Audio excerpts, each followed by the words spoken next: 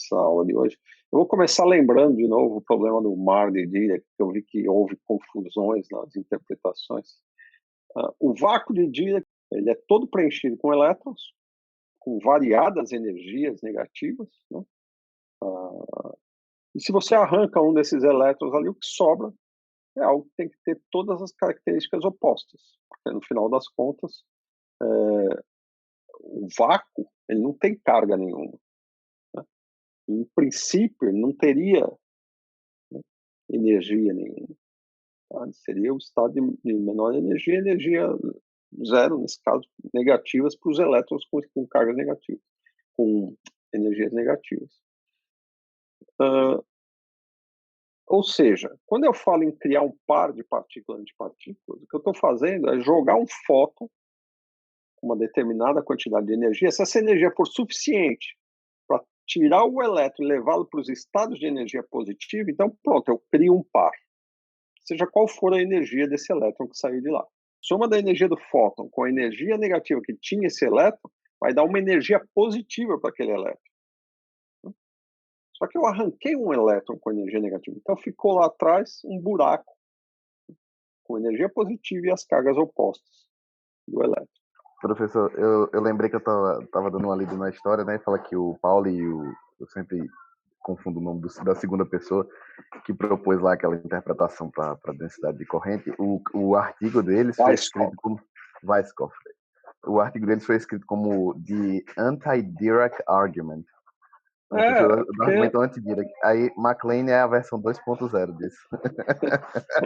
Não, mas eu não condeno MacLane. É uma ideia que, quer dizer, dá para entender a interpretação. Só que é uma interpretação que é muito restrita, só vale para partículas de spin meio, entende? E o que acontece é o seguinte, então vamos tentar lá, MacLane. Um mar de Dirac é um mar preenchido com elétrons de energia negativa. Se eu tiro um desses elétrons ali, o que sobra ali, como esse mar não tem carga nenhuma, concorda? Tem que sobrar alguma coisa que tem as cargas opostas. Isso a gente chama de antipartícula do elétron, que é o pósito. O elétron tinha energia negativa, suponha que o fóton vem com 2 vezes a massa do elétron. Tá? Exatamente 2 vezes a massa do elétron. O que ele vai fazer? Ele vai dar uma energia para esse elétron e vai arrancar esse elétron, certo? E ele só pode levar esse elétron para o estado de repouso. Tá? Porque o elétron já tem uma massa do elétron. A outra massa tem que ficar com um buraco, que tem que ter as mesmas características do elétron, concorda? Certo. Então, de certa forma, a energia do fóton é dividida exatamente da mesma forma para cada uma dessa partícula e antipartícula. Isso vale porque eu estou criando partícula e antipartícula uma da outra. Há situações... Só a questão da condição inicial. No mar total, era elétron e buraco um junto ao outro? Você tinha elétron. Se você tira o elétron, sobe os buracos lá que ele está preenchendo. Né? Essa é a ideia. Verdade. Então, na versão inicial, é elétron e buraco juntos, ou seja, você não tem nada. Não tem carga nenhuma. Quando eu arranco um elétron, sobra alguma coisa com as cargas opostas, que é o que a gente chama de buraco. Se você junta as duas coisas, acabou de novo. Todas as cargas do vácuo, ou seja, cargas nulas. Compreende? Em princípio, energia zero, porque o elétron lá tem energia negativa, mas o pósitron, o buraco que está lá, tem a energia oposta. É isso que eu estou dizendo. Então, quando você chega com fóton, você acaba excitando os dois ao mesmo tempo. Certo? Exatamente. De certa forma, é isso. Excitar o elétron é a mesma coisa que separar o elétron desse buraco. Tá? Como eles têm as mesmas... Não é que só ficar o buraco é a mesma coisa. Quer dizer, esse buraco ele vai ter energia cinética e tudo mais, dependendo da energia do fóton. Então não é que fica um buraco estático. Essa é uma interpretação. De novo, eu não gosto, Pauli e Weisskopf não gostavam, muita gente não gostava, mas eu não gosto não é nem por causa da interpretação. A interpretação é bonita. O que eu não gosto é porque não se aplica de maneira geral para partículas relativísticas, se aplica apenas para férmions. Entende? Mas a ideia não é muito bonita. Você imaginar o que é esse buraco com energia cinética? É o que a gente chama de pósitron. Se você vai lá na emulsão fotográfica e vê uma partícula com a carga exatamente oposta do elétron, todas as propriedades idênticas ao do elétron, massa, né, spin, blá, blá, blá. Esse é o buraco está ali, caminhando, não é que ele fique estático ali naquele mar. Esse mar é um vácuo. Uma vez que você citou o vácuo, você mexeu com as coisas que estavam lá, que era o elétron de energia negativa e o buraco. Tá? Entendi. Então a incidência do fóton acabou separando os dois. Exato, exatamente. Mas na condição, só para constar, a condição inicial, havia alguma coisa ou os dois estarem juntos meio que se anulavam? Como a gente tem a compreensão atualmente? Essa imagem de ter um mar preenchido de elétrons de energia negativa é pensar num vácuo da maneira que ele está acostumado, que não tem carga nenhuma nem nada. Mas se você pode mexer no vácuo, na eletrodinâmica quântica, e tem que lembrar que isso vale só para a eletrodinâmica. Eu não estou nem ainda falando de interação com o fóton. Quando eu falo de interação do fóton, eu já estou supondo que eu não estou mais lidando só com a equação de Dirac do jeito que eu coloquei para vocês. Eu tenho que colocar lá uma interação com o fóton, blá, blá, blá, mas nem entrei nisso. Mas vamos supor que exista essa interação com o fóton, como a gente já viu de maneira qualitativa lá atrás, e é esse fóton que vai excitar essa criação de pares, né, a partir do vácuo. Tá? Mas, felizmente, a ideia melhorou com Pauli e Weisskopf, depois o Feynman, né, Stuckelberg, e a gente não precisa usar essa interpretação, embora ela possa ser utilizada em outros contextos, envolvendo só mecânica quântica relativística com férmions, mas para a gente, como a gente precisa de algo mais geral, ela é inútil, entende? Só que ela foi bastante importante e útil para fazer essa predição de que existem antipartículas. É por isso que eu apresentei, senão eu pulava nem apresentava essa interpretação para vocês. Mas no PEN que está, o máximo que eu posso dizer é a interpretação do mar de Dirac. E que é bonita, queira ou não, é uma criação da mente humana também bonita. Se a gente não conseguisse algo melhor, você ia ter que ficar com isso. Mesmo com as suas falhas. Lembra? A gente tem falhas nas teorias que são vigentes hoje em dia. Não pense que todas elas são perfeitas. Mas você não vai jogar a teoria fora porque eu não consigo acomodar algumas coisas. Você vai tentar melhorar. Na hora que você conseguir melhorá-la, aí sim você me diz como substituir aquele conceito anterior que eu tinha sobre as coisas. Tá certo? A interpretação de Dirac é uma dessas coisas. A equação é perfeita, ela funciona, está correta até hoje, e tinha uma interpretação que, naquele momento, dadas as limitações, era o que você podia tirar de melhor. Né? Mas como tinha gente que não gostava, acabou reinterpretando corrente de uma outra maneira, e isso melhorou, porque te levou para outros caminhos que tem mais a ver com a teoria quântica de campos. Tá certo? Bom, acho que eu já falei demais sobre...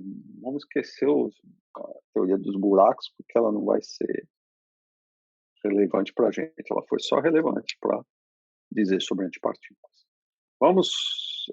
Eu apresentei as soluções, né, na aula passada, as soluções da equação de Dirac.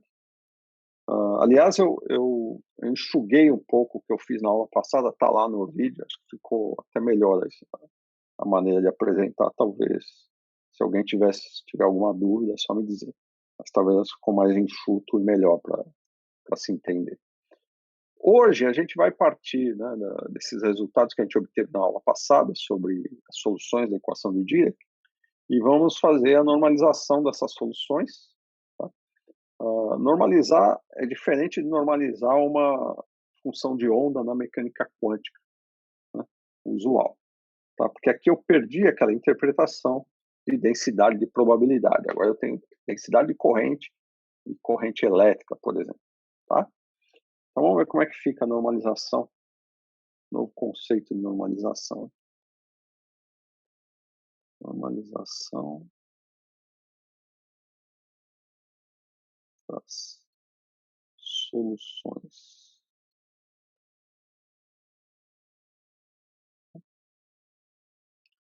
Vamos fazer isso para uma delas, um spinor. Tá? Vamos pegar, por exemplo, um elétron com spin para cima.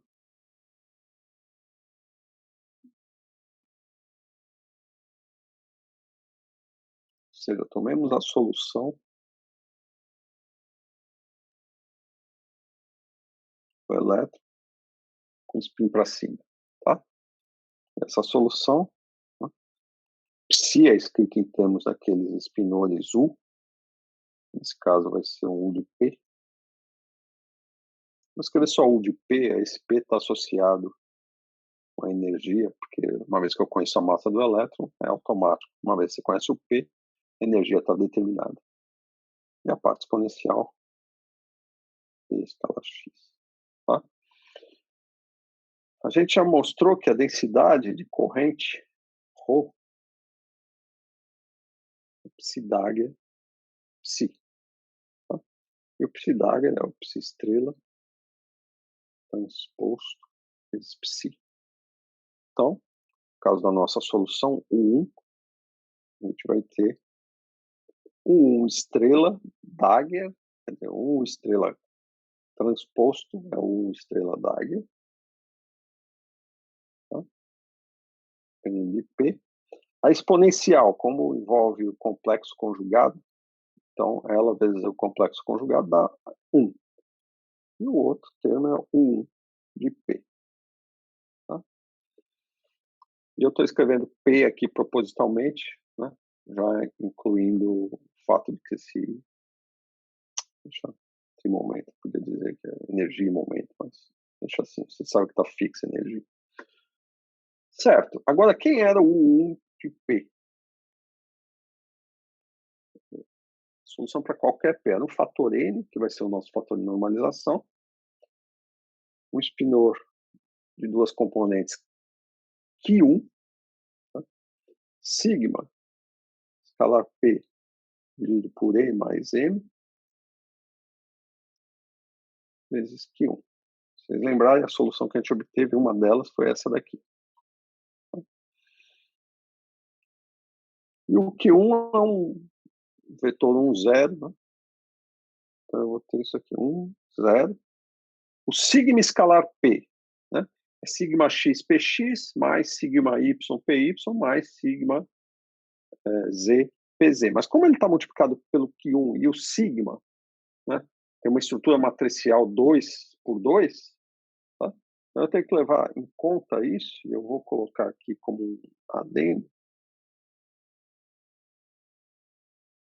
que essa igualdade, que eu vou colocar do lado direito, ela vem disso daqui, ó, sigma escalar P sobre E mais M, nada mais é que 1 sobre E mais M, tem uma estrutura de uma matriz 2 por 2, que por causa das matrizes de Pauli. Tá? Então, sigma x tem componente na diagonal secundária, então fica px, e o sigma y também. Então, isso vai dar um menos i py. Então, o menos i vem do sigma y, ou sigma 2. E aqui, de novo, px só que é mais i py, porque o sigma 2 é mais i no segundo elemento da diagonal secundária. E o sigma z, tem a ver com o sigma 3, é mais 1 e menos 1, portanto fica pz e menos pz.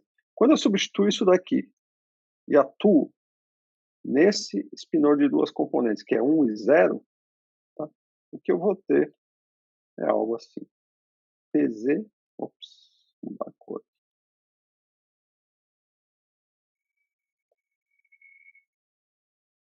Pz sobre E mais M. E a última componente, Px mais IPY sobre E mais M.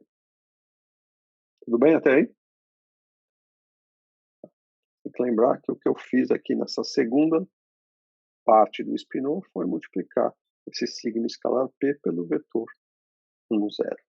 Tá? Me dando essas duas componentes do espinor 1. Certo? Aí eu volto para a definição do ρ. Né? A definição do ρ implica que o ρ é o 1 tag P vezes o 1 e P. O Dagger ficou meio feio.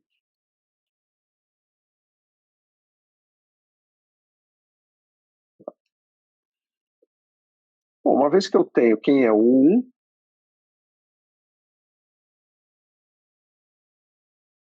o Dagger, quer dizer, vai dar um módulo de n quadrado, certo? como isso é um vetor linha vezes um vetor coluna, eu vou ter um número do lado direito. Tá? E esse número, só fazer o cálculo, você vai obter, vai dar isso aqui. Tá? Primeiro com primeiro é 1, mais segundo com segundo é 0, nem coloco, mais 0. Né? Terceiro com terceiro é pz quadrado sobre e mais m quadrado. E o quarto com o conjugado do quarto vai dar px quadrado mais py quadrado. Lembra, número complexo conjugado, o i vai para menos i. Tá? Sobre e mais m quadrado. Então tá aí o ρ. Certo? Se eu somar os componentes, né, do trivetor P, px quadrado mais py quadrado mais pz quadrado, eu tenho módulo de p quadrado, certo? Então isso nada mais é que n quadrado p sobre e mais m quadrado vezes e quadrado mais m quadrado mais 2m mais p quadrado. Concordam? Tá? Aí o que eu faço? Eu reescrevo m quadrado, lembrando a equação de Einstein para a energia. Eu reescrevo esse termo aqui, tá? Lembrando que ele é o quê? E quadrado menos p quadrado. Porque e quadrado é m quadrado mais p quadrado, fazendo c igual a 1. Tá? Muito bem. Então, o que sobra... Ups, mudou a cor.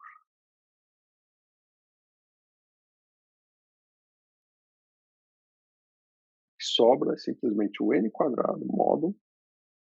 Tá? Em cima, eu vou ter e quadrado mais e quadrado dá 2e quadrado. P quadrado menos quadrado zero, mais 2e vezes m. Tá? Então, isso dá módulo de n quadrado sobre e mais m quadrado vezes 2e. Aí é convencional como você vai normalizar a sua função de onda. Existem escolhas que você pode fazer. Uma das escolhas é, por exemplo, a que eu vou usar aqui, que é essa densidade, me dá 2e partículas. Então, isso aqui é uma convenção, uma escolha. Tá? Faça as que vocês quiserem, mas só tem que ser coerente com isso. Escolha. Deixar bem claro, isso é uma escolha. Eu vou escolher que a densidade de partículas é 2e partículas por unidade de volume, ou seja, 2e partículas por unidade de volume. Só por uma questão de conveniência. Mas dada a escolha que eu faço, eu vou ter que manter essa escolha até o fim para ser consistente, porque tudo que eu defini em teoria quântica de campos, as integrais que vão aparecer, vão envolver esses psis, né, eles vão depender dessa convenção que eu escolhi. Então, normalizações, produtos de espinores, vai ter relações para essas coisas, e eu tenho que ser consistente com a escolha que eu fiz. É só isso que eu digo. Agora, feito uma escolha, você pode fazer a escolha que quiser. Feito uma escolha, mantenha até o fim.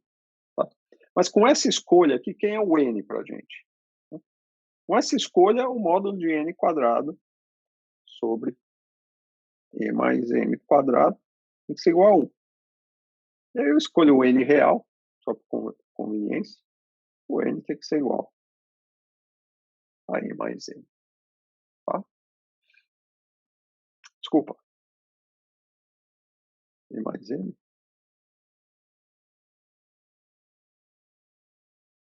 É isso que deu. Peraí, deixa eu ver aqui uma coisa.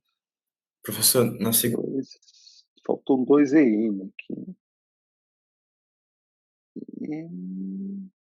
Não, peraí. O que eu estou fazendo?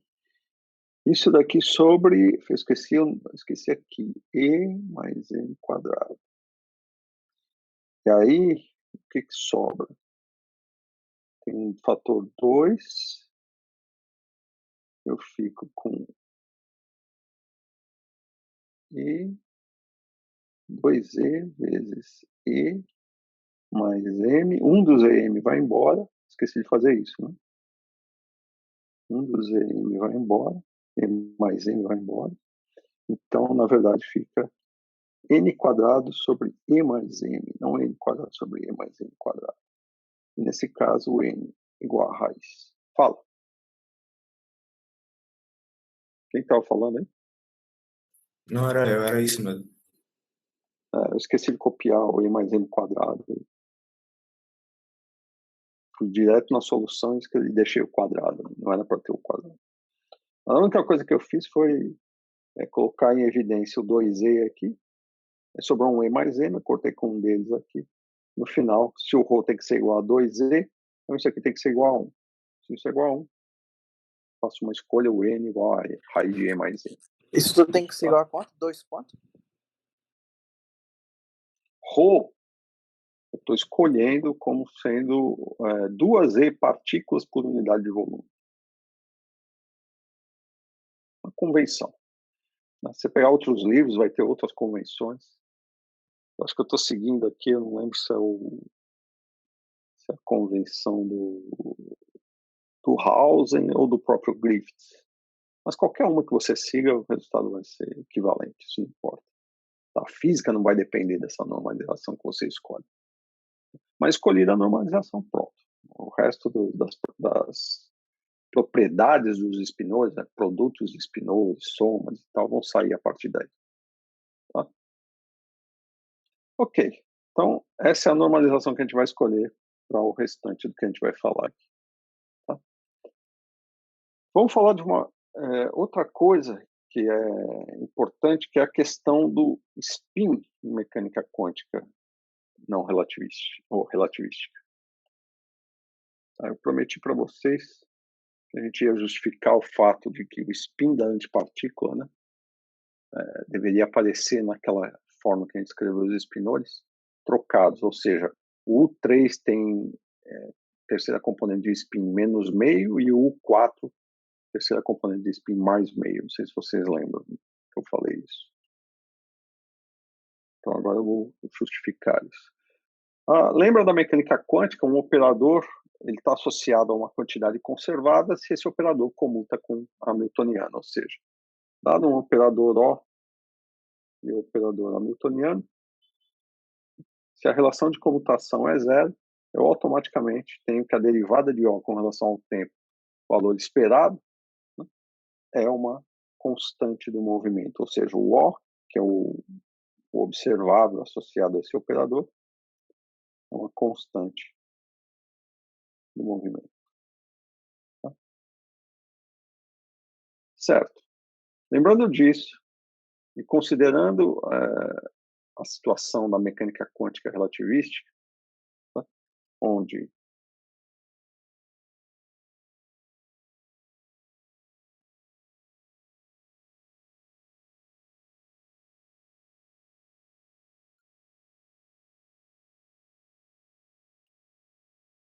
o H, assim, relativística, e para Fermions, né? Estou interessado em Fermions aqui. O H é o H de Dirac, que é a hamiltoniana de Dirac. Lembra da alfa, escalar P, estou escrevendo de novo em termos de alfa e beta aqui por conveniência. Então, vocês podem reescrever em termos das matrizes gama, isso não tem problema nenhum, mas para o que eu vou falar aqui é melhor dessa forma. Tá? Eu pergunto para vocês, lembram que a gente falou do momento anular, né? E vocês podem mostrar que o operador momento anular, para mostrar se ele é conservado ou não, você tem que olhar para a relação de comutação dele com a hamiltoniana. Tá? Na mecânica quântica relativística, se eu fizer essa relação de comutação, H com L, o que eu vou ter? Eu uso essa expressão de cima, eu vou ter alfa escalar P mais beta M com um momento angular usual escrito na forma de R vetor P. Porque aí eu sei relações de comutação entre R e P e eu sou capaz de calcular essa relação de comutação. Bom, beta vezes M não envolve nem coordenadas espaciais, nem o momento, então a relação de comutação com R vetor P é zero. Então só sobra alfa escalar P com R. Aliás, eu não preciso botar essa flecha porque eu estou colocando boldface, né? R vetor P. Aqui sim, o alfa escalar P tem um momento. Se vocês calcularem essa relação de comutação da maneira usual, pode escrever em termos de componentes, depois voltar para vetores, vocês vão ver que isso é menos I alfa vetor P. Tá? Claro, a primeira conclusão que você chega é que o momento angular orbital não comuta com a newtoniana, portanto, ele não é uma constante de movimento. Tá? Não sendo uma constante de movimento, ele não representa um bom número quântico para representar meus estados quando eu escrevo esses estados como autoestados da newtoniana. Tá? Muito bem. Então, H com L é menos I alfa vetor P.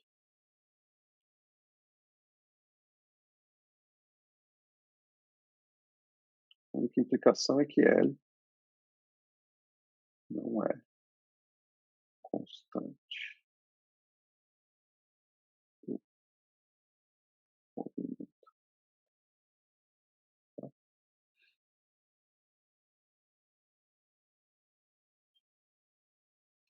Ok. O que eu faço em seguida? Eu vou observar que tem uma outra quantidade que tem a natureza de momento angular, que é o spin. A gente já sabe disso. Né? Mas vamos, então, colocar o spin na brincadeira.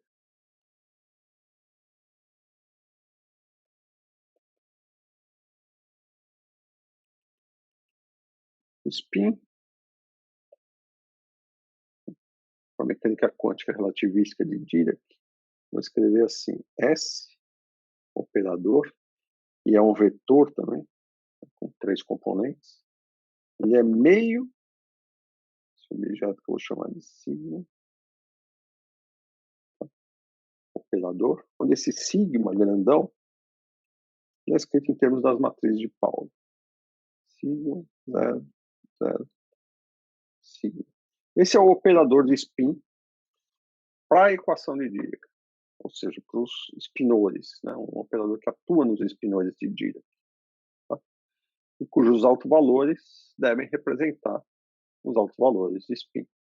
E a terceira componente tem autovalores, que são os componentes de spin na direção Z, mais ou menos meio. Tudo bem? O S também deve obedecer uma relação de comutação com a newtoniana. Da mesma forma, vocês podem mostrar que a newtoniana de Dirac, com esse operador S, você já tem a cara do operador aqui. Vocês sabem que essas matrizes beta e alfa, né? Você sabe qual é a cara delas, ou pode escrever em termos das matrizes gama, tanto faz. Então você é capaz de calcular essa relação de comutação. Mostre isso em casa. Tá? Eu não vou perder tempo fazendo isso, mas você pode mostrar que o resultado dessa relação de comutação é alfa escalar P. Não tem muita dificuldade para isso, tá? Só álgebra. Ok. O que vocês observam quando olham para esses resultados? É óbvio, né?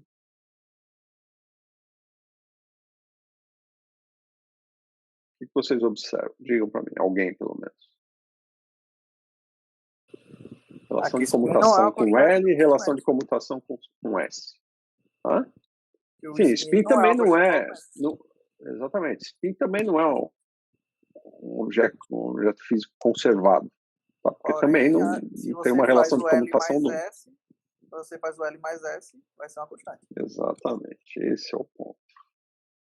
Então, momento angular orbital isolado não é constante de movimento, e o S também. Como ele não comuta, também não é constante de movimento não é conservado isoladamente. Tá? Mas, se eu observar os dois resultados, um positivo e negativo, e a mesma quantidade, eu só preciso somar os dois. Então, somando os dois, a conclusão que a gente chega é que H de Dirac com L mais S igual a zero. Ou seja, o momento angular total J é, diferente das outras duas quantidades isoladamente, conservado. Tá? Por construção, né? O J a gente sabe que é essa soma de momento angular orbital com spin. Ok? Certo. Isso é uma observação para quando você for, se vocês pensarem em construir estados que sejam autoestados da Hamiltoniana e do momento angular. Você só pode fazer isso se você estiver falando do momento angular total.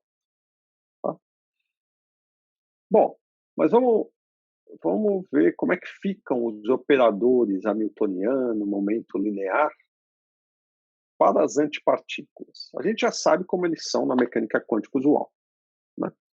A gente só estava falando de partículas. Quando você vai para a mecânica quântica relativística, você tem que saber qual é a cara desses operadores para os spinores que representam antipartículas. Será que são a mesma coisa ou não? O que vocês acham?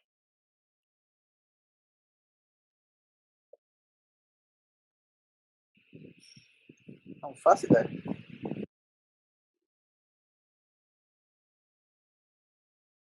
Vamos ver.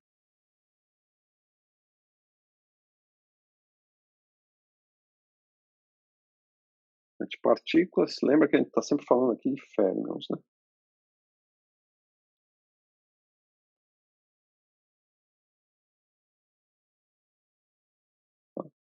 Mas é claro que você espera, se isso vai representar uma mecânica quântica relativística, você espera o mesmo, né, para os bósons, mas eu não vou mostrar aqui para bósons, deixo para vocês. Mas é fácil. Vendo como funciona para férmions, vocês podem tentar generalizar. Ok, pegue então o spinor que representa a antipartícula, psi, tá? E ele é escrito em termos do spinor V em vez do spinor. Ops. Vou colocar só P. Não, deixa o E também. O E aqui vai ser importante. E P. Tá? E a parte exponencial, que é menos I, P escalar X trivetor menos E vezes T. Tá? Então tá aí as componentes do spinor que representam a antipartícula. Se eu usar a Hamiltoniana, atuando em psi, como um operador derivativo, uma derivada temporal, atuando nessa expressão de cima, o que vai acontecer? Vai cair, o fator que envolve o tempo é um mais I vezes ET. Se eu derivar com relação ao tempo, vai cair o mais I vezes Z. Com esse mais I que está aqui, isso aqui fica menos del T, ou del T não, menos E vezes o psi. Certo? Mesma coisa para o trimomento. Menos I nabla psi. Só que o trimomento é um menos I, com menos I, continua dando o sinal menos. Tá? Trimomento. Psi. E aí tudo bem, né?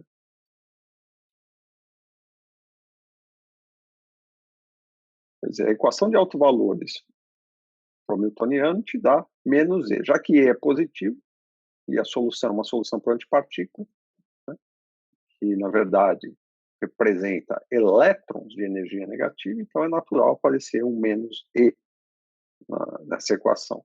Da mesma forma, um menos P. Tá? Até aí tudo bem, mas eu posso então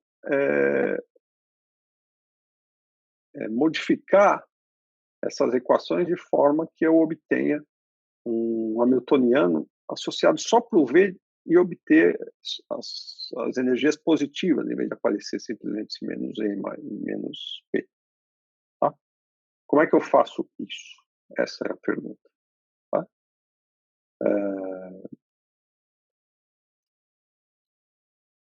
Quais são as energias e momentos físicos dessas antipartículas? Se eu definir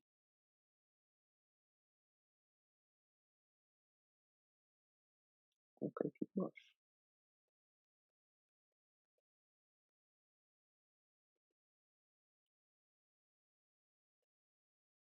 Define o H, operador, para antipartícula, né, o espinor de antipartícula igual a menos I del del T.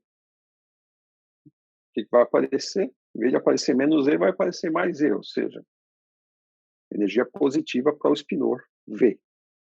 E a mesma coisa para o trimomento, associado à antipartícula.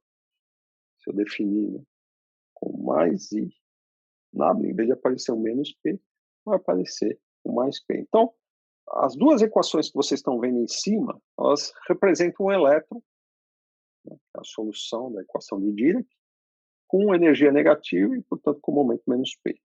Mas se eu estou falando de uma antipartícula, eu sei que essa antipartícula não tem energia negativa, mas ela tem uma energia que é o oposto disso.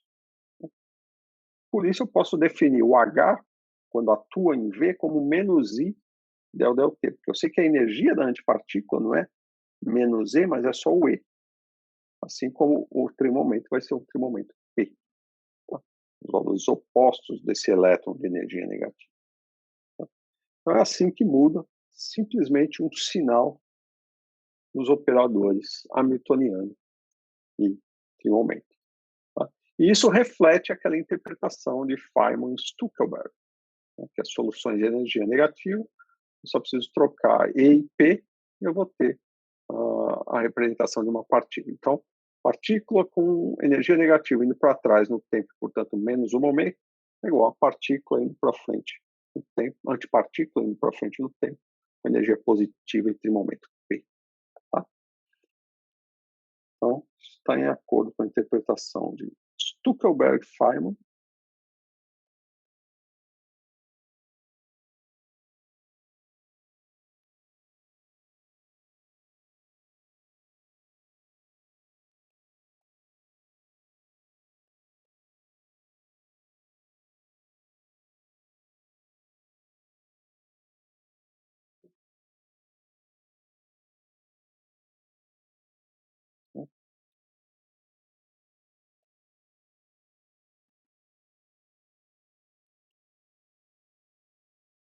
Que a antipartícula com E e P é a mesma coisa que a partícula indo para trás no tempo com menos E menos P, certo? E se o L, que é R vetor P, eu faço essa troca, então eu vou ter um L que vai para menos L, certo? Se tem que trocar o sinal do P, eu troco o sinal de quem? No momento angular também, sem trocar o R, obviamente. O R não tem nada a ver. Tá? De modo que a relação que a gente obteve lá em cima, né, comutação entre a hamiltoniana de Dirac e os operadores de momento angular orbital e spin vai mudar de sinal. Tá? Ou seja, isso implica, quando eu estiver falando das antipartículas,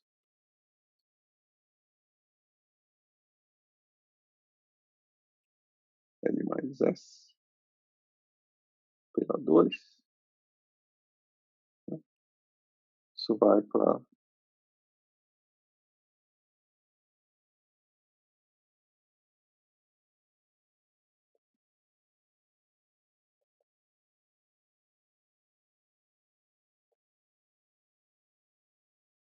em outras palavras, né? Isso é o que a gente espera do spin da antipartícula, que é menos o S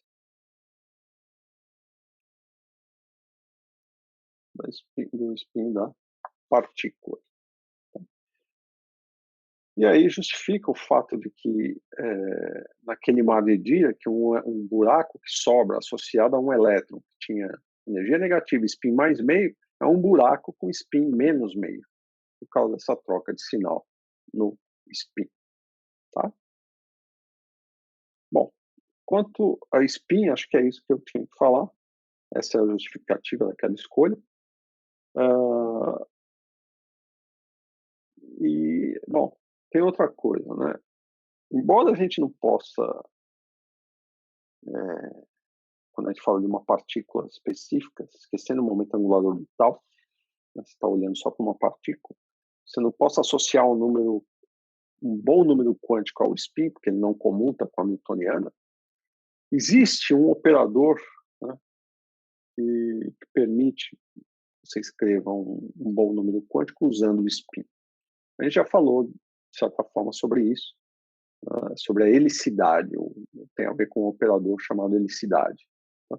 E cujos autovalores nada mais são do que as projeções do spin na direção do movimento de uma partícula.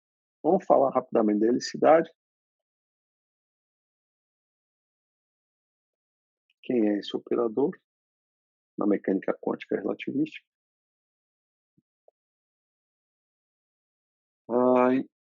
E esse operador é definido da seguinte forma: H é o operador da helicidade, posso até chamar aqui de H chapéu, já que eu falo do operador. Ele é o spin, produto escalar P, que é o momento linear, dividido pelo módulo do momento linear P. Tá? Em termos do que a gente escreveu lá em cima, quem é o spin, no caso da mecânica quântica relativística, o S era meio do quê?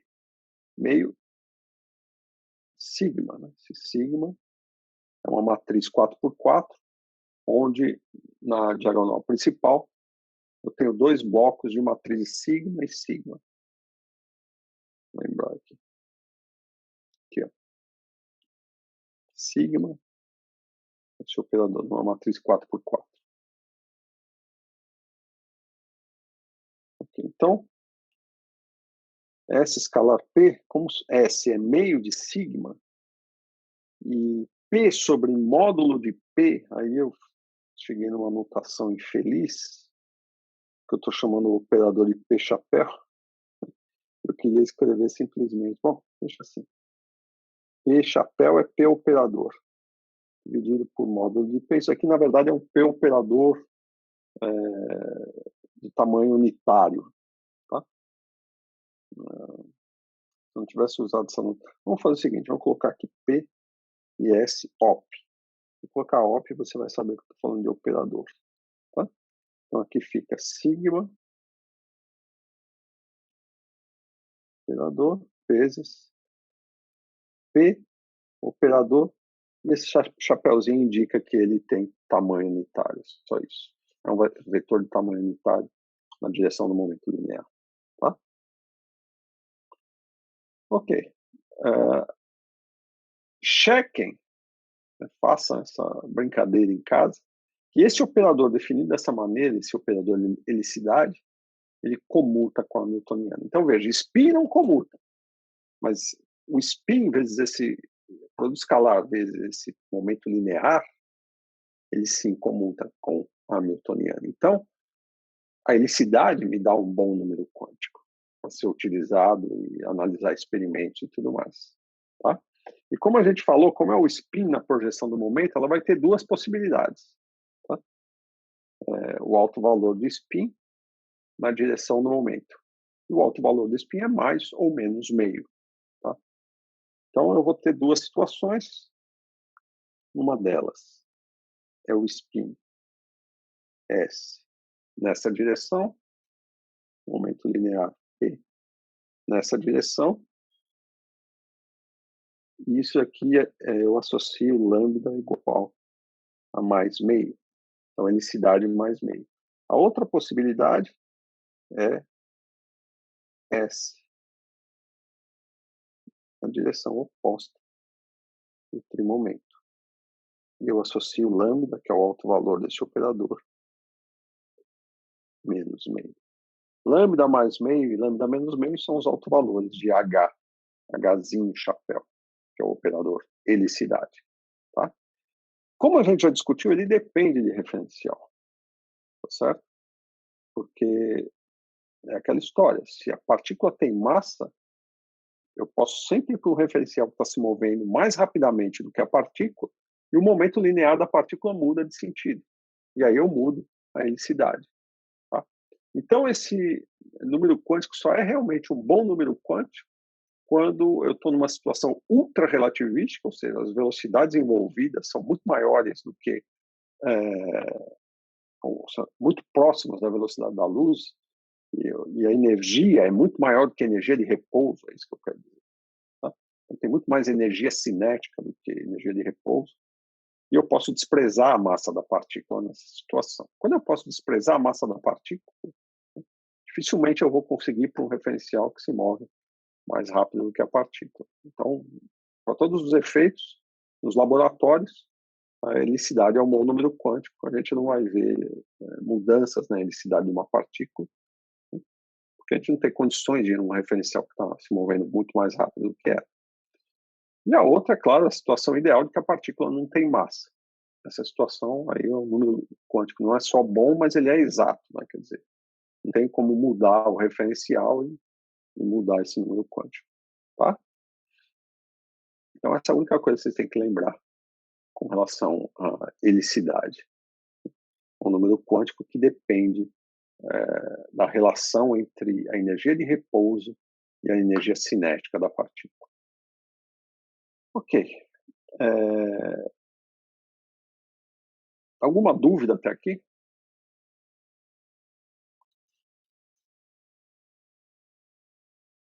Estou falando grego? Acho que até agora não. Tô seguindo por enquanto. Certo. Então vamos entrar em outro assunto que vai ser importante para a construção das lagrangianas. Tá?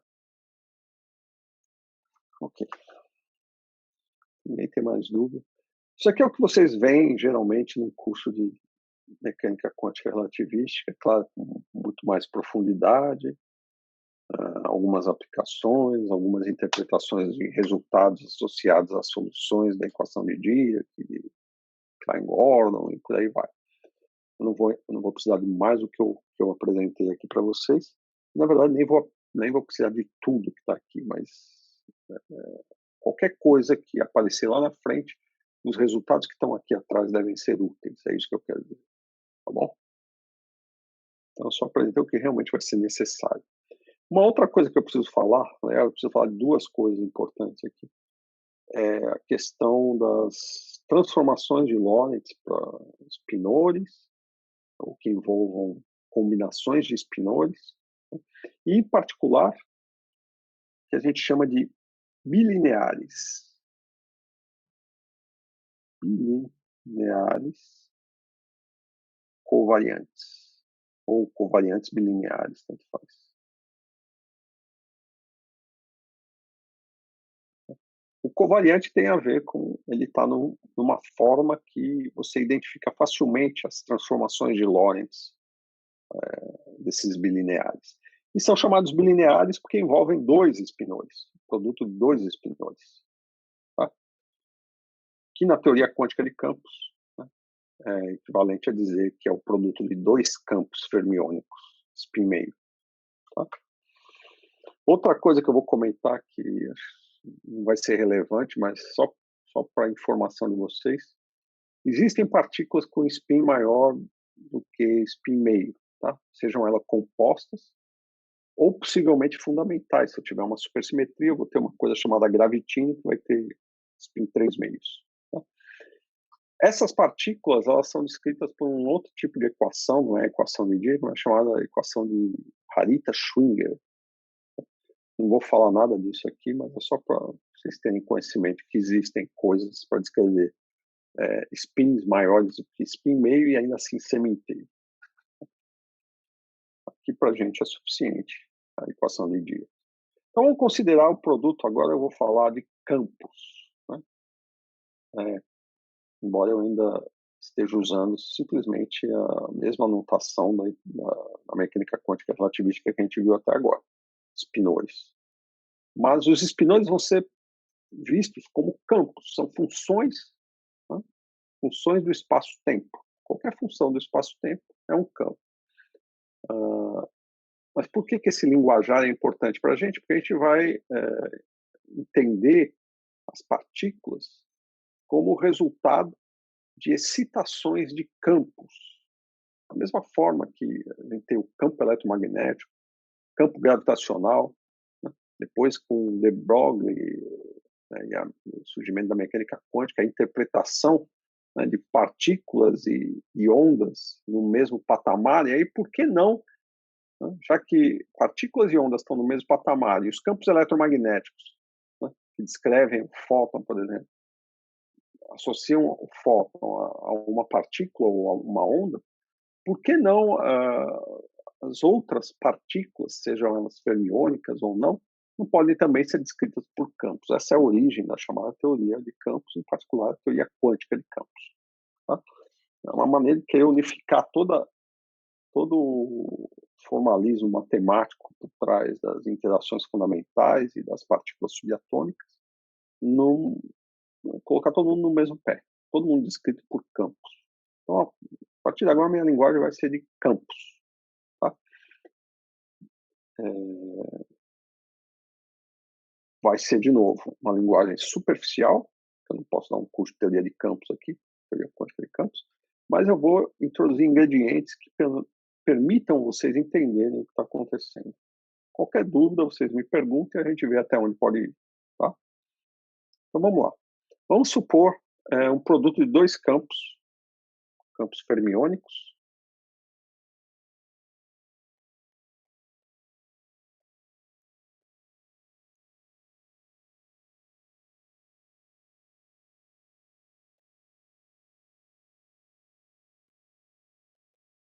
Isso, que envolve apenas dois desses campos, por isso bilineares. Algo desse tipo. Psi barra. Lembra o que é o psi barra? Vezes alguma coisa, psi. Esse alguma coisa vai ser sempre uma matriz 4x4, porque esses psis são vetores de dimensão 4. Né? Espinores são vetores complexos, um espaço complexo, tem dimensão 4, ou seja, 4 entradas. Então, naturalmente, qualquer operador inserido entre esses dois campos tem que ser operadores de dimensão 4. Tá? Vocês lembram que é o psi barra? Estão lembrando o psi barra? Vou colocar aqui do lado. Quem não lembra. Psi barra é o psi dagger vezes a matriz gama zero. Se essa matriz 4x4 for a identidade, eu vou ter o psi barra psi, que a gente já viu que nada mais é, né, que o quê?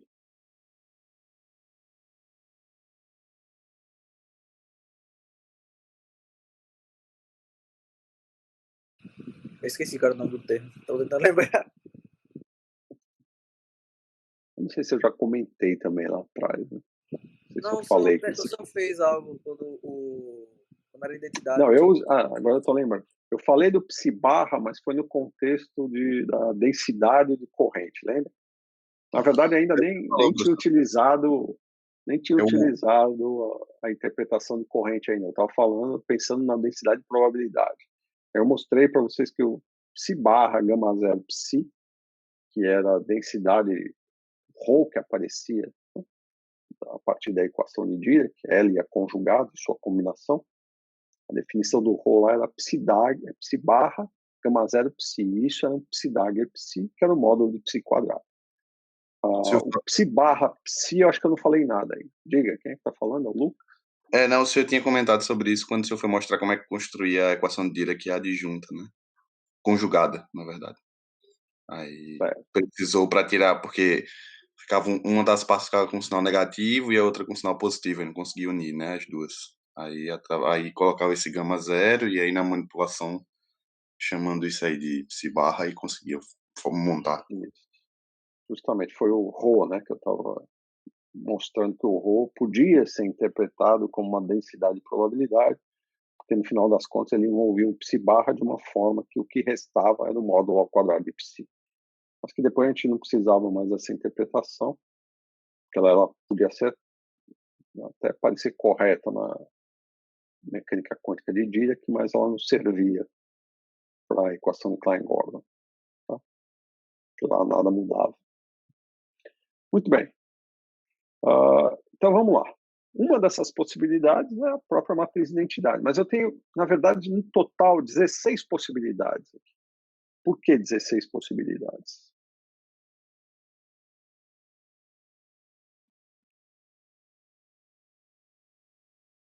Tá? E são 16 possibilidades que envolvem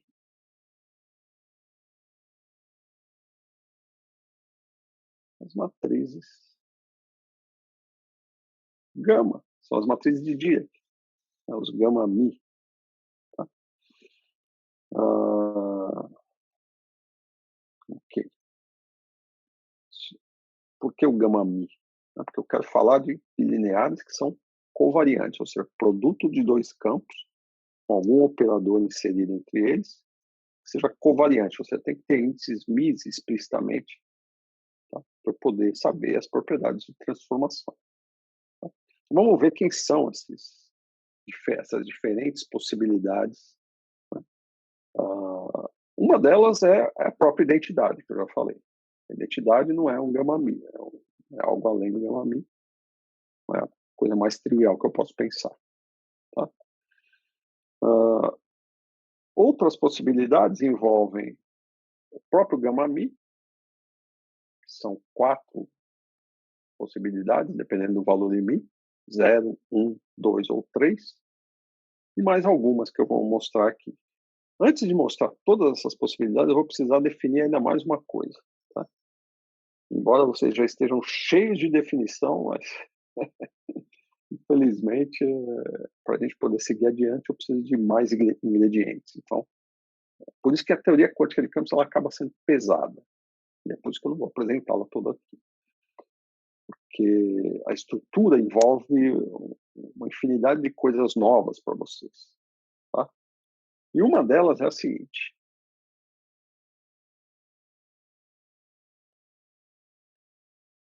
Definição.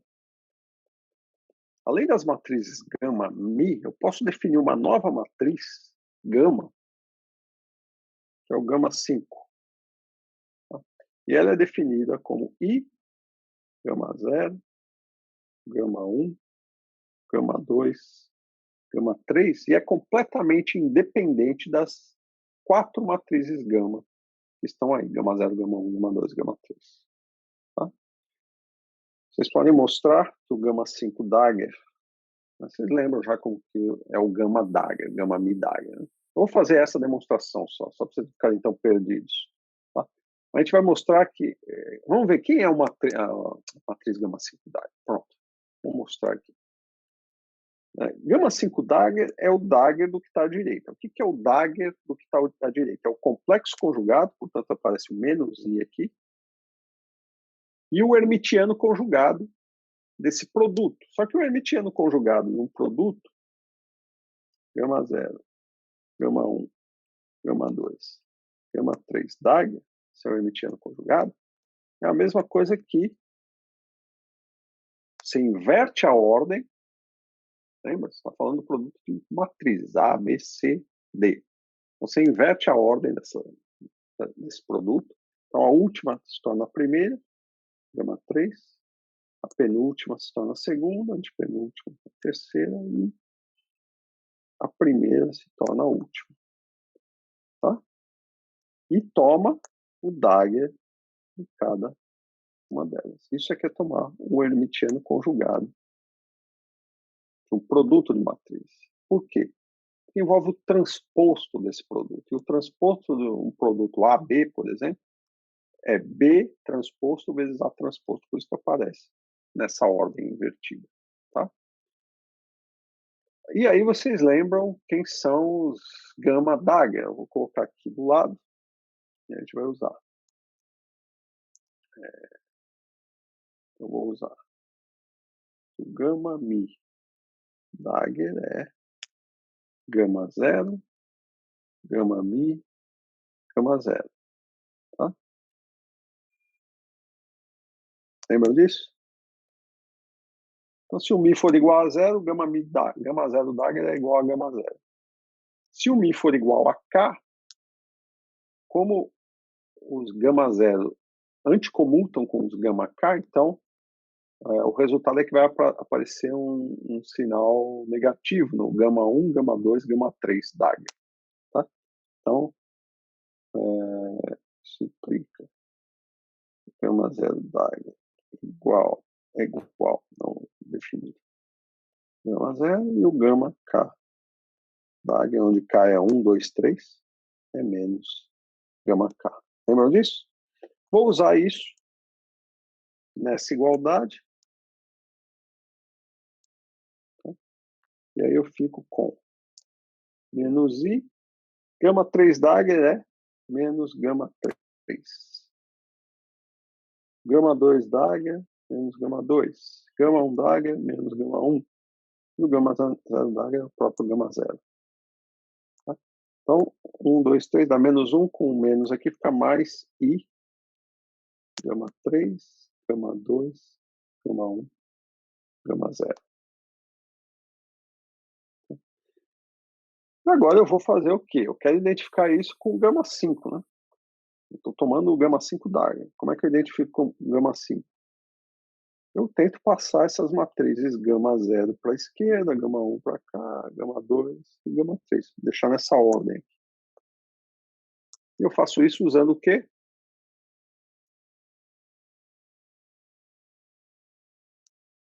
Quem me diz? Relação de anticomutação. Os gamas não anticomutam entre si. Lembra? O que é a relação de anticomutação? Talvez vocês não estejam lembrando. Deixa eu colocar aqui. Não vai ficar muito esotérico para vocês. Então aqui agora eu vou usar o seguinte. As matrizes gama mi anticomutam. Ou seja, se o mi é diferente de ni, isso dá 0. Lembrando que a relação de anticomutação é o quê? A relação de anticomutação de gama mi com gama ni é gama mi mais gama mi. Tá? O oposto da relação de comutação que você tinha um menos, que é um mais. Então, o gama 0, 1, 2, 3, eles anticomutam entre si, ou seja, essa relação de comutação é 0 para eles. Então, toda vez que eu tiver um gama 0, gama 1, vamos fazer para um deles, vocês vão ver que é a mesma coisa para os outros. Deixa eu fazer aqui. Vou pegar o gama 0, gama 1. Isso é 0. Portanto, gama 0, gama 1, mais gama 1, gama 0, igual a 0. Portanto, gama 0, gama 1 é igual a menos gama 1, gama 0. E isso vai para todos os índices quando eles são diferentes. Então, fica fácil mudar a ordem desses gamas. Né? Então, essa igualdade fica. O gama 0 vem aqui para frente. Para vir aqui para frente, ele tem que passar por um, então troca o sinal. Passa por outro, troca de novo. Passa por outro, troca de novo. Ficou 3 vezes. 2 delas é a mesma coisa que não trocar nada. Mas como ele troca uma terceira, então eu fico com o sinal menos. Então, mais i, menos gama 0, gama 2, gama 1. Desculpa. Gama 3, gama 2, gama 1. Aí eu faço de novo a mesma coisa. Coloco agora o gama 1 na posição logo depois do gama 0. Ele vai passar uma vez, 2 vezes. Passou 2 vezes, o sinal troca 2 vezes, então não troca nada. Então continua. Mais i, menos, gama 0, gama 2, gama 1, gama 1, gama 3, gama 2. Tudo bem até aí? Só falta trocar agora a posição do gama 2 com o gama 3. Como é uma vez só, faz o sinal menos. Com esse sinal menos aqui fica o sinal mais, portanto o resultado é mais i, gama 0, gama 1, gama 2, gama 3, é idêntico, quer dizer, como a gente definiu lá em cima, que é o próprio gama 5. Em outras palavras, gama 5 Dagger é igual a gama 5. Então, acabamos de mostrar isso. É assim que você brinca com essas coisas, usando relações de anticomutação, né? A relação de Hermitiano conjugado das matrizes, o que dá. É só isso que eu usei. Beleza? Professor, da própria Fala. definição do gama 5, o senhor disse que ele é escrito como, acho que é menos I a multiplicação dos outros, né? Não, é I vezes a multiplicação dos outros. E ele Aqui, não ó, é combinação dos outros? Tipo, ele é escrito como multiplicação, mas ele não é é escrito como produto das outras matrizes, mas ele é completamente independente das outras matrizes. Tá? Tá falando de Uma combinação outra linear, coisa, no caso. não é uma combinação, como se diz, dependente, né? Não vai ter uma forma que vamos supor, você vai, dentre as matrizes gama, né, você tem o gama 0, 1, 2 e 3. O gama 5, você vai ver que ele não é nenhuma delas. Tá?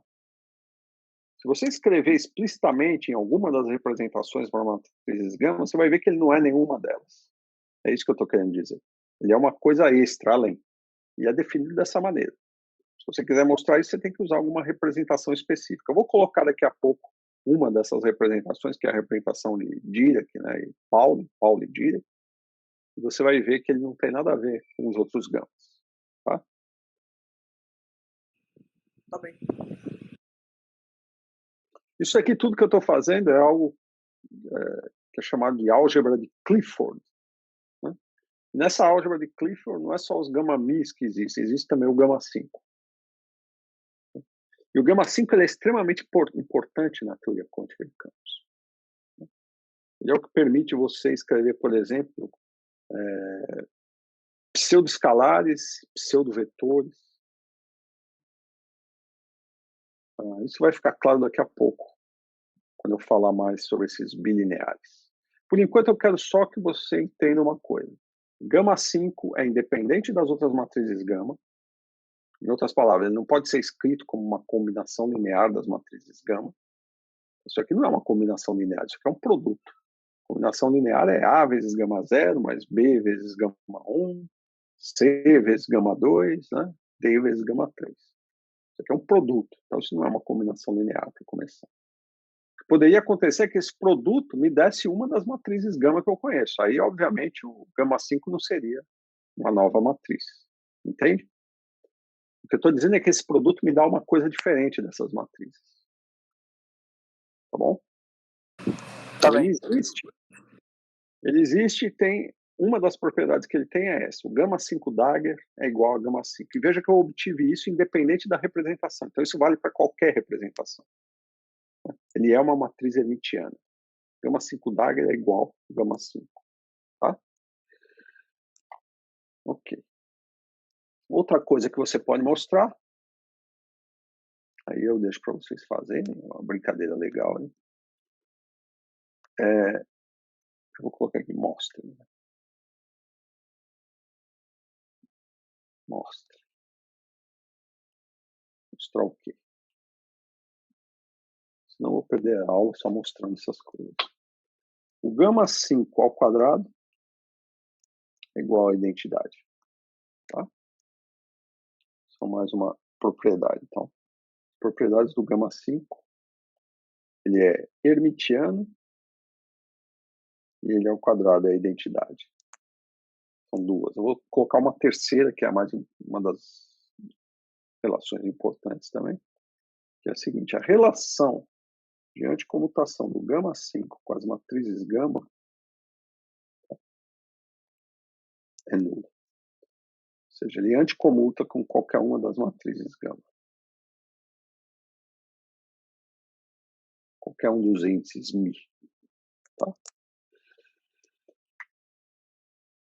Então tá aí. Propriedades que são importantes que a gente utiliza o tempo todo. Chamada diracologia.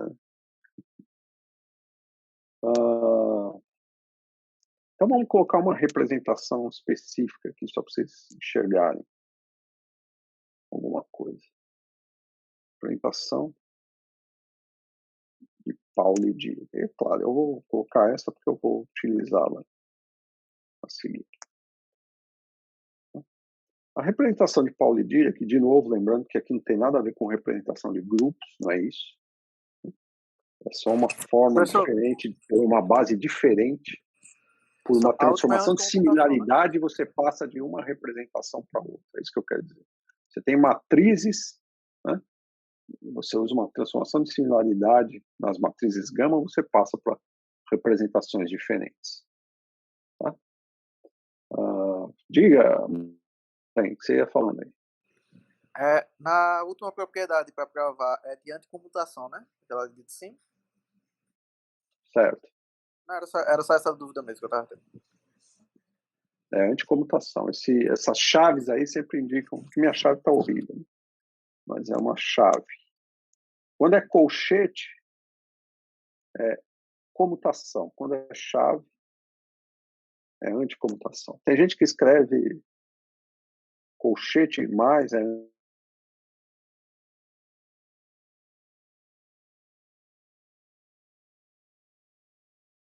eu costumo escrever chave para anticomutação. Então tá, uma dessas representações, a representação de Pauli Dirac, que é a matriz gama zero, ela é a identidade aqui, 0, 0 e menos. A identidade aqui, acho que a gente já colocou ela lá em cima em algum momento. As matrizes gama I, ou gama vetor, pensando na forma vetorial, sigma, menos sigma, e 0. E finalmente o gama 5,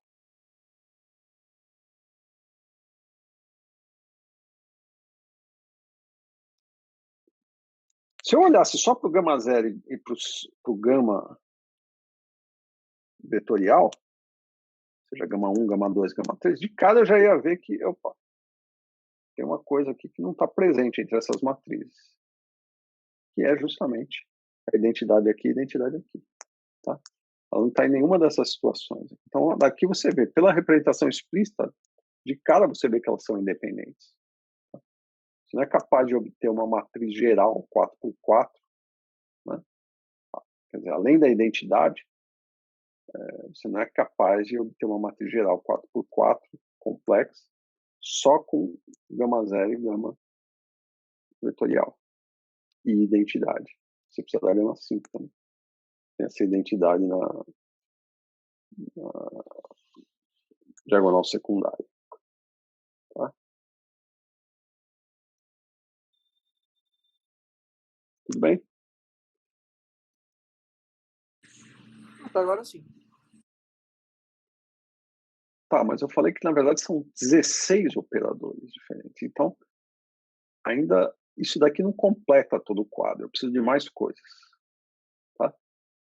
E essas coisas a mais são os tipos de combinações dessas matrizes gama, né, gama mi e gama 5 que eu posso fazer para dar esses 16 operadores. Tá? E com isso eu vou classificar os 16 diferentes tipos de bilineares envolvendo os campos psi e psi bar. Tá? Vou fazer uma tabela. Então, vamos lá.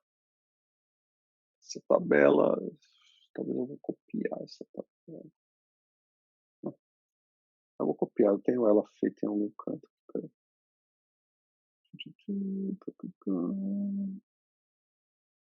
Mundial.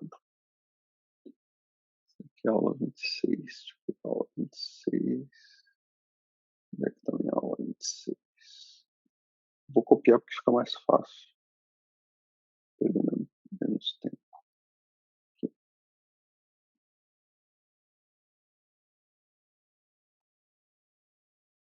Aqui. Interessado nessa tabela aqui. Vou fazer isso aqui.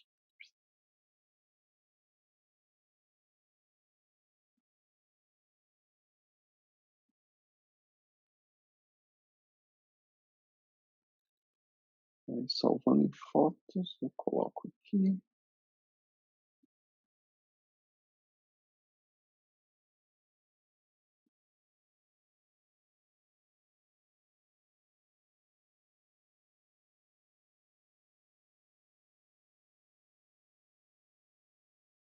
Tá muito apertado aí, todo mundo vê.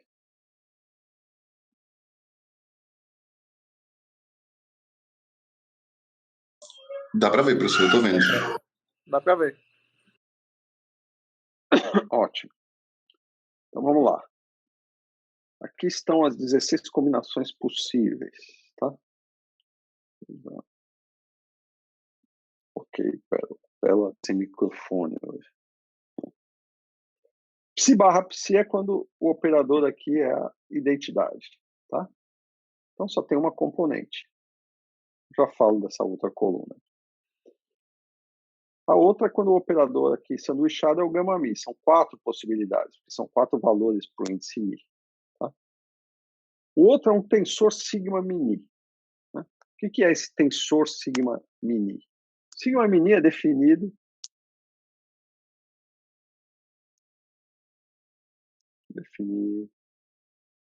definir aqui, depois eu coloco.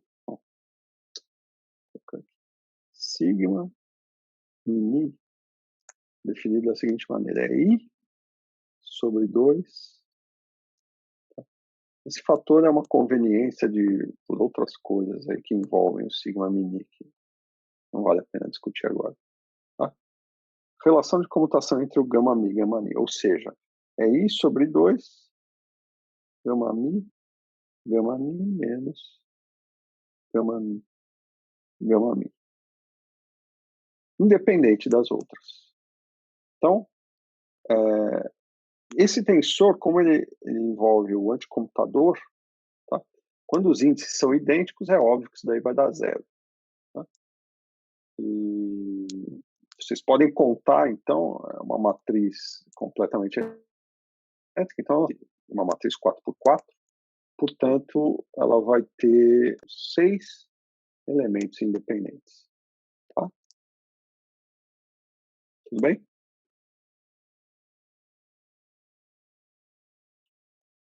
Seis elementos independentes. Então, são 6 componentes.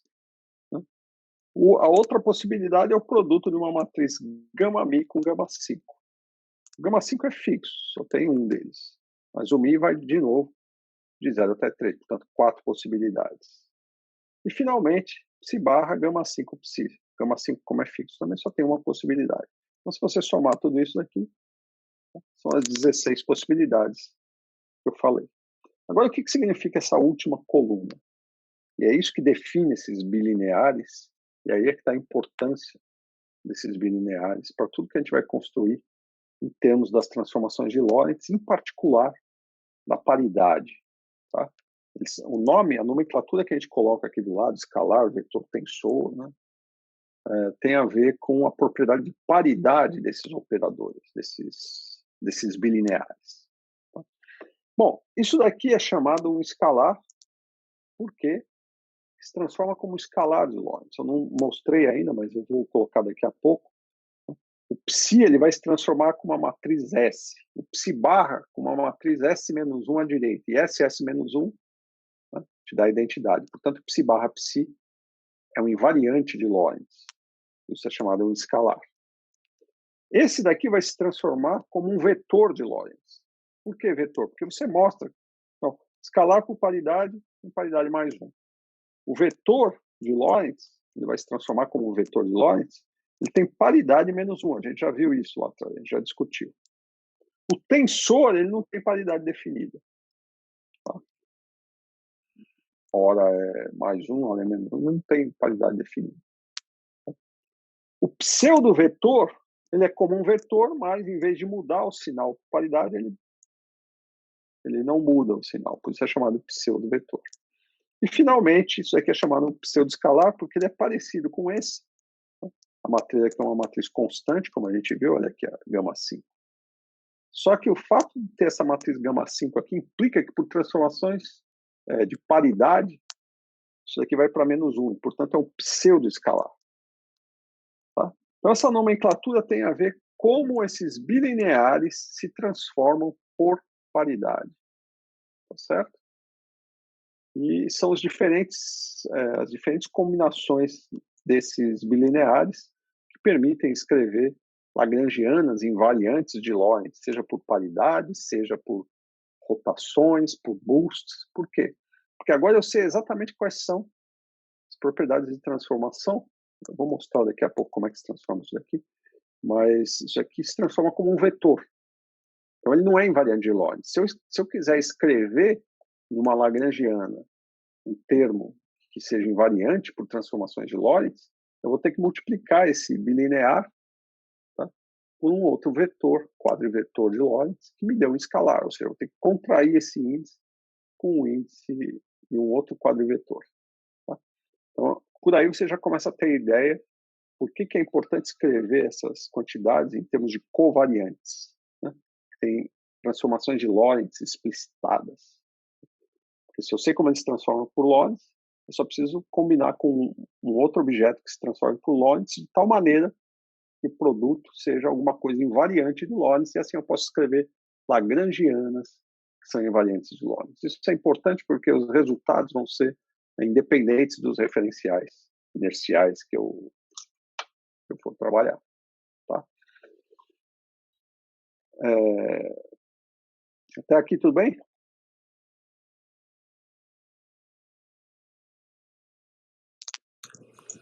Um pouco confuso, mas tá indo. O que está confuso? Essa questão, a definição que o senhor deu pro tensor também, inclusive, ela veio de qual parte? Bom, esse tensor... Foi só uma definição tirada assim, definir assim? Não, ela é uma definição, mas é uma definição que é útil, por exemplo, para quando você vai falar de transformações de Lorentz. Né? Daqui a pouco eu vou colocar a transformação de Lorentz do Spinozzi, você vai ver que quem aparece nessa transformação de Lorentz é esse sigma mini, que te dá um operador de caráter diferente. Ele não é escalar, não é vetor axial ou pseudo-vetor, nem é pseudo-escalar, ele é um tensor. Tá? Você pode construir coisas maiores, mas você vai ver que você sempre pode reduzir a esses 5 objetos que estão aqui. Certo. Mas é possível mostrar que essas são as únicas combinações que você precisa para formar um bilinear. Qualquer outra combinação você vai recair em uma dessas 5. Tá bom? Você recai apenas em uma dessas 5 ou pode acontecer combinações lineares delas? Não, dependendo do que você vai fazer, você pode ter combinações lineares disso daí. Mas o que eu estou dizendo é que você não vai ter nada de novo. Vai ser uma dessas coisas aqui ou a soma de alguma dessas coisas que já estão aí. Tá? Certo. E aquelas 16 combinações que tinha, acho que foi lá quando estava fazendo o operador Psi, Gama, não sei se era Psi Gama, não lembro mais direito qual era o nome do operador. Foi a hora que eu introduzi aqui. Aí esses operadores aí vai considerar todos os casos lá embaixo? Então, essas 16 possibilidades de operadores que aparecem aqui são aquelas que eu coloquei lá embaixo. Tá? São essas possibilidades. A primeira considerando a identidade, a segunda considerando os outros gamas, a outra considerando... Sigma mini, depois gama mi, gama 5 e depois só gama 5. Tá bom? Amém. Não, amém, mas assim, se eu for mostrar tudo que está aqui, o curso perde o sentido. Né? Lembra, esse curso de partículas não é para que vocês saiam daqui sabendo trabalhar com toda a estrutura matemática, não. Eu estou dando pinceladas do que você vai enxergar na estrutura matemática das partículas elementares, né? Para que você tenha uma ideia. É um curso introdutório, é introdução à física, não é um curso de física de partículas elementares, 1 e 2, que você tem toda a estrutura das teorias de Gauge, e que você precisa necessariamente aprender teoria quântica de campos. Eu estou fazendo uma coisa intermediária. Todo curso de introdução à física de partículas elementares, o melhor que você vai conseguir é algo assim. Senão se torna um curso já da pós-graduação. Tá? Que exige muito mais do que eu estou colocando. Se você entende, tá? Vamos ser práticos, pragmáticos. Tá? Você já viu quem é o Psi? Ele obedece uma equação de Dirac. Você já viu como aparecem os gama-mi? Tá? Como é que se constrói um gama-mi? A única coisa que eu estou te dizendo é que existem outras combinações, né, que você pode usar dessas matrizes gama, e tudo aqui envolve matriz gama. Se você olhar, é tudo matriz gama. tem nada de novo. Eu só estou dizendo, isso aqui são as combinações diferentes que você vai ter. Tá? Você quer mostrar isso? Vá lá e mostre. Não tem problema nenhum, é ótimo, ó, excelente exercício. Estou dizendo, não precisa fazer isso agora. Tá? Isso não vai ser importante. Só tem que acreditar no que eu estou te falando. Diga. Era só uma dúvida mais na parte sistemática de organização. Digamos assim, no plano de fundo da teoria quântica de campos, essa parte de equação de Dirac, mecânica quântica relativística, ela entra como um caso específico? Ela entra, como é que ela se encaixa no todo? Não, a equação de Dirac, ela vai estar geralmente no começo dos cursos de teoria quântica de campos. Depende do curso que você vai fazer. Tem o curso de teoria quântica de campos que eu fiz na época que eu estava na USP, era quase tudo sobre campos escalares, né? Em algum momento se falava de campos fermiônicos e tal, mas de uma maneira meio formal demais, que não era em contato com a física de partículas. Tem cursos que você vai ver que é voltado para a física de partículas. Então você vai falar muito mais de férmions, vai falar de vetores, né? É uma abordagem diferente. Não é tão axiomático. Então depende de como você vai ver o seu curso de teoria quântica de campos. E aí a questão da equação de Dirac, essas propriedades, elas você pode ver tudo isso no curso de mecânica quântica relativística, sem problema nenhum. Mas no curso de teoria quântica de campos você vai ver o que é importante, né? Ou seja, a equação de Dirac, suas soluções, né? A álgebra das matrizes gama de Dirac, essas combinações que aparecem. E mesmo que não veja em todos os detalhes, você vai ter lá os exercícios para fazer algumas dessas coisas como exercícios. Mas o momento para se ver na teoria quântica de campos. Ou, se você tiver chance, uma mecânica quântica relativística, dependendo do curso que você tem. Eu sugeri uns livros, né, para vocês aí, teoria quântica de campos. Certamente algum deles vai fazer com mais ou menos detalhe essas coisas. Aquele das notas, que como se fossem várias notas, né, de vários colóquios que ele deu, eu achei ele bem claro. Eu espero ter um pouco mais de tempo para explorar nas férias. Isso. Coleman. Esses livros são caros demais, né? Mas vale a pena. Ok. A gente nunca se atém a um livro só, porque as visões diferentes vão nos dando uma visão melhor do que é a teoria quântica de campos. Não é algo nada trivial, pode ter certeza disso. Você vai levar anos até compreender vários detalhes de maneira mais profunda na teoria quântica de campos. Tá? Mas aqui não é um curso de teoria quântica de campos, então vamos voltar só ao que nos interessa. Então vamos lá. Deixa eu só justificar por que eu apresentei esses bilineares para vocês. Tá? Porque eu quero entrar um pouco no que são as lagrangianas para os campos, do ponto de vista de uma teoria quântica de campos. Tá? Mas é só um pouco, não vou me adentrar muito.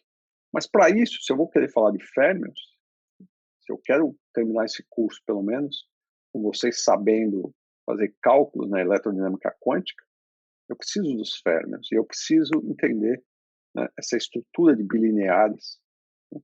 Não são todos eles que aparecem na eletrodinâmica quântica. Na eletrodinâmica quântica, na verdade, você só vai ver um deles, que é esse daqui, é o vetor.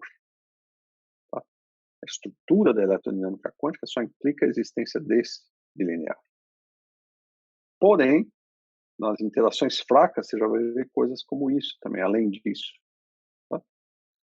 E em teorias mais gerais, você pode ver todos esses camaradas. Inclusive, esse aparece, pode reescrever suas interações na eletrodinâmica quântica, fazendo aparecer esse camarada quando você vai calcular o momento de polo magnético anômalo, né, de uma partícula. A gente não vai entrar nisso. Isso envolve correções quânticas, blá, blá, blá. Mas é para cá que você teria que olhar, por exemplo. Então, todos eles são importantes. Tá?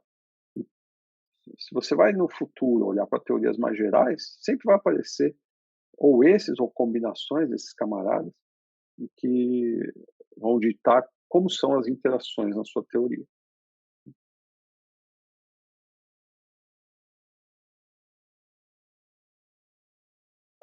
a interação fraca, que eu já falei para vocês, ela viola a paridade. Né? Esse operador aqui,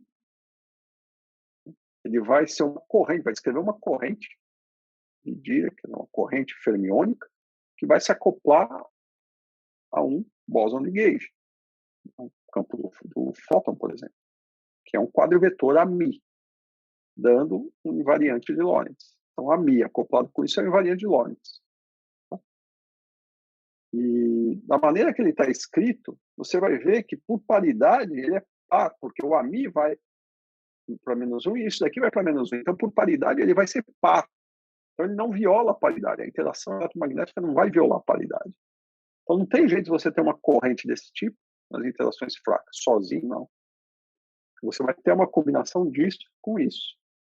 Uma combinação disso com isso, acoplada a um campo vetorial, ó, veja, tem +1 e -1. Não tem jeito disso daqui conservar a paridade. Compreende? Porque um vai com -1, outro vai +1. Se está acoplado a um único campo vetorial, por exemplo, W', né? Correspondendo ao W mais, W menos, né? Esse W se transforma como um vetor. Então, essa parte aqui vai conservar a paridade, mas essa parte que envolve, né, esse vetor axial vai ser o responsável pela violação de paridade nas interações fracas. E daqui você entende a importância de você ter claro quem são os diferentes bilineares envolvendo férmions. Porque toda corrente envolvendo a matéria vai envolver um par, né, de spinores, psi-barra e psi, e que vai se acoplar a um bóson vetorial que está associado à interação fundamental que você vai descrever. Então você já começa a enxergar as nuances do que é importante, né, você conhecer bem e que tipo de simetria pode ser conservada ou violada de acordo com as correntes que você tem. Tá? Novamente, eu não vou falar tudo, porque não dá. Né? Mas vocês já vão estar bem amaciados. Imagina um de vocês indo fazer um curso nessa área de física de altas energias. Vocês vão estar muito mais amaciados do que um cara que nunca viu essas coisas. Então, quando você vê por uma segunda vez, com uma estrutura um pouco mais completa e tal, você já tem algumas ideias na cabeça, fica muito mais tragável para vocês. Vocês estão vendo pela primeira vez, já vem a confusão que é, né? Quando vocês veem uma segunda vez, vão estar melhores. O objetivo é esse. Vocês vão ter uma ideia do universo da física de partículas, que não lhes tornam experts no assunto, mas vocês já não são um zero à esquerda no que diz respeito a esse assunto. Tá? Essa é a intenção desse curso. Tudo bem? E tem sido satisfeito, professor. Porque pelo menos eu sinto muito mais, já sentia e sinto muito mais vontade de continuar estudando essas coisas mais aprofundadamente, né, do futuro. Não, isso é muito bonito. A estrutura matemática que está por trás disso é elegante, ela dá trabalho, porque tem um monte de coisa nova para vocês aqui, tem. Mas quando você começa a entender, a combinar essas coisas e ver que elas fazem sentido do ponto de vista matemático, cujos resultados, né, quando você faz as predições teóricas, compara com o experimento, né, e os resultados são fabulosos porque batem com o experimento, é um prazer, assim, é difícil de descrever. E olha que vocês estão vendo só algumas pinceladas, né? Se alguns de vocês forem, por exemplo, uma pós-graduação aqui na UFPB e forem fazer cursos de teoria quântica de campos, depois partículas, a pós-graduação, vocês vão ver um dos maiores prazeres. Eu juro para vocês, um dos cursos que mais me deu prazer quando eu era estudante era o curso de partículas da pós. Porque lá você tem essa compreensão completa das coisas, você vê, poxa, eu entendo teoria mais bonita, mais elegante, mais sofisticada que a mente humana já foi capaz de criar. Né? Você pode falar de teoria de cordas, pode falar de, sabe, teorias exóticas aí com multiverso, não sei o quê, mas essa daqui, mas a teoria, o modelo padrão eletrofraco e forte, é a teoria que realmente descreve o universo que a gente vê, né? Com algumas predições que foram testadas ao longo de décadas sempre confirmadas, a última delas, o Boole e Higgs. Então, você entendendo a estrutura matemática e vendo como tudo se encaixa, que não é só uma brincadeira, você tem alguns princípios, e esses princípios te dão, olha, as interações que você tem que ver no experimento são essas aqui. O W tem que interagir dessa maneira com o elétron, com o neutrino, não pode interagir desse jeito, nem desse, é só dessa maneira aqui. Aí você vai no experimento, é exatamente aquilo. E você não vê outra coisa diferente, que os valores são valores que correspondem às suas predições. Isso é um prazer incomparável, incomensurável. Foi um dos maiores prazeres que eu tive na vida, foi enxergar essas coisas que o modelo padrão permite enxergar. Claro, o ir além é gostoso também, porque você está brincando com isso. Mas o ir além ainda passam conjecturas. Né? Você precisa do experimento para provar que as suas conjecturas estão certas ou não. E além, é claro, é muito mais fascinante. Mas em termos de constatação de algo que é ratificado pelo experimento, o modelo padrão é o que há de mais belo até o momento. Bom, pessoal, a gente avançou bastante, né? 17h49. Próxima aula eu vou retomar a equação de Dirac, que vou mostrar, vou apresentar como é que se transforma os espinores, mostrar como é que você enxerga, através de uma transformação de Lorentz, a maneira que uma matriz gama-mi deve se transformar, vamos dizer assim, né? Como um vetor, a gente vai ver o que significa esse como, entre aspas, tá? E a partir daí a gente vai construir as lagrangianas, tá? Eu vou começar com a lagrangiana mais simples, que é para um escalar, só para vocês terem uma ideia. Vou dizer o que é uma lagrangiana para campos. E a gente vai, depois do campo escalar, falar dos campos fermiônicos. Com isso, tá? e munidos do princípio de Gauge, a gente vai construir a eletrodinâmica quântica. E com a eletrodinâmica quântica, as definições de seção de choque, que é basicamente o que vocês vão precisar, noção de largura em decaimento, essas coisas, vocês vão ser capazes de comparar seus resultados teóricos com os experimentos. Então, esse vai ser o objetivo, terminar esse mês. Aí eu espero ter mais uma aula ou duas, né, para apresentar ou colocar 2 vídeos que eu tenho gravados sobre o modelo padrão. Tá?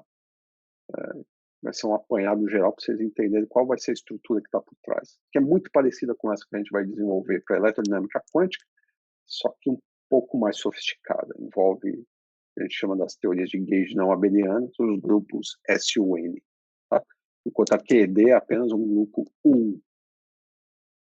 Mas isso, próxima aula em diante. Bom? Alguém tem mais alguma dúvida, algum comentário que queira fazer? Esqueci de trazer a minha água, aqui, tô com a garganta seca. Professor, é uma pergunta desassociada, mas ao mesmo tempo não do assunto. Eu ia perguntar se no seu trabalho pessoal o senhor já abordou algum desses temas, como supersimetria, coisas desse tipo, coisas além do modelo padrão. Sim, tudo que a gente faz é além do modelo padrão. Não tem mais o que fazer no modelo padrão. Quem faz coisa no modelo padrão é quem está lá no laboratório. Vamos entender se esses eventos aqui correspondem exatamente ao que o modelo padrão prediz. Né? Nós, os teóricos, a gente está sempre buscando descrever o que o modelo padrão não descreve. Tá? Essas anomalias que estão aparecendo, seja através de supersimetria. Supersimetria, nesse momento, ela está um pouco no limbo, porque o LHC esperava descobrir alguma das partículas supersimétricas e não descobriu nada. Mas a gente já trabalhou com supersimetria, inclusive o curso de partícula 2, até a última vez que eu dei, eu dava um curso de supersimetria, né? Um curso de supersimetria voltado para quem faz física de partículas, não só para quem está preocupado com formalismo. A gente tem trabalhos em supersimetria, tem trabalhos em extensões do modelo padrão, das mais diversas, né? Modelos, extensão de Gauge, extensão em termos de escalares, e por aí vai. São várias, todas as possibilidades que tem em aberto, a gente tenta oferecer soluções através de modelos além do modelo padrão. E tem muita coisa ainda para fazer. Você precisa dos estudantes. Os estudantes são os nossos escravos. Sem estudantes a gente não é nada. Ainda bem que seus 2 estudantes estão ouvindo aqui. Mas a gente começa como escravo, depois você adquire independência. Ou não, né? Espero que adquiram. Ou não é complicado. É bom ser escravo. Ser escravo. Eu fui escravo durante muito tempo, né? Mestrado, doutorado, era escravo. Tá sendo bem divertido ser escravo, professor. Sim. É uma escravidão que o escravidão não tem noção, né, do castigo. O escravo não tem noção do castigo. Mas é bom, pessoal. Vocês têm que se envolver com pesquisa desde cedo, isso é importante, seja qual for a área que vocês escolhem, porque é isso que vai direcionar vocês para a pós-graduação. Você chegar na hora de ir para a pós-graduação e não ter ideia das áreas que estão por aí, você pode se frustrar, e aí pode ser... Não é tarde, nunca é tarde para mudar, mas sempre é mais penoso. Quanto mais tarde, mais penoso. Agora mesmo, antes da aula para você, eu estava terminando a correção de umas avaliações de ingresso. Aliás, eu digo a vocês, estudem bastante, porque os estudantes que estão fazendo esses exames estão fraquíssimos. Os que se deram melhor é aqueles que estavam como candidatos para o doutorado. Por outro lado, os estudantes que se formam na UFPB, né, geralmente estão melhores do que os que têm vindo de outras universidades. Mas vocês têm que aprender a se comunicar, falar sobre física de uma maneira eloquente, né, que vocês convençam quem está ouvindo. E mais do que isso, saber o que estão falando. Porque o pessoal não está sabendo mecânica quântica. Por outro lado, quando eu vejo, não é que o pessoal de licenciatura seja pior ou não, mas eles acabam vendo menos conteúdo, e aí quando chega numa avaliação, é um desastre de ingresso. Preparem-se bem, geralmente os estudantes daqui são sempre os que se dão melhores, né? Não só aqui, né, em outras universidades, né, as quais eles concorrem a vaga. Basta seguir os conselhos. Estudem bem. Não se auto-enganem. Se vocês não fizerem a coisa de maneira honesta, né, ou seja, fechou a aula, fechou o livro, vai lá, trabalha nas ideias, desenvolva, reproduza tudo que foi feito em aula. Não tente decorar as coisas, tente entender as coisas. Entender é precioso. Uma vez que você entende, você não erra mais. Claro, você não vai decorar, tem um truque para fazer tal coisa, às vezes você esquece na hora de fazer, você impede. Por isso que é bom ter notas bem destrinchadas. Você volta lá, como é que era o truque que eu usei? Ah, era assim. Não é obrigado a saber isso. Eu sei que você tem espaço na memória para guardar tudo, aí tudo bem. Não é o meu caso, por exemplo. Eu tenho que ficar revendo uma coisa ou outra. Vou ficar lembrando de um truquezinho aqui, outro ali. Deixa eu anotado, quando eu precisar, tá lá. Agora, tem coisas que você tem que estar na ponta da língua, porque senão você não consegue acompanhar o raciocínio de mais nada. Vocês estão vendo que vai se complicando, né? A quantidade de informação é cada vez maior, é um crescimento exponencial. Então, tem coisas que é fundamental que vocês tenham em mente. Vocês vão olhar para um bilinear, vocês não vão mais se preocupar, você sabe que aquilo ali, como se transforma por Lorentz, se você pode ter uma interação com um desses bilineares ou não, dependendo de quem está interagindo. Com o tempo, vocês adquirem esse hábito, né, de enxergar as coisas com facilidade. Mas, para isso, tem que trabalhar. Né? O Einstein, né, que dizia que era 99% de expiração e 1% de inspiração. Não estava errado, não. Junta aí os métodos Einstein, Feynman e tudo mais, e vejam o que vocês podem fazer de melhor. Tá? Vale a pena, porque se vocês gostam, pensou vocês contribuindo aí para grandes coisas na física, isso é muito legal. Mesmo que não contribuam com grandes coisas, mas se vocês derem a sua contribuição honesta, né, correta, que é, de certa forma, reconhecida, com citações de gente de fora, não autocitações. Autocitar não é nem considerado citação. Você se autocita só para lembrar, mas para mim não vale. Tem que ser outras pessoas citando o seu trabalho. Isso é reconhecimento. Isso já é um prazer. Não precisa ser um prêmio Nobel nem nada. Claro, se vocês querem ser o melhor, apostem nisso que vocês podem ser os melhores. Não tenha dúvida disso. E ser o melhor é a questão de empenho, é muito suor mesmo, em qualquer área. Então é isso aí, eu acho que eu falei demais. Então, um grande abraço, estudem, até quarta-feira, tá? Até quarta-feira. E sábado, lembrando, sábado eu vou colocar a prova para vocês. Deve ter umas 3 questões, sei lá, 4. Não é para arrancar os cabelos, mas estudem, né? Quanto tempo para fazer a prova?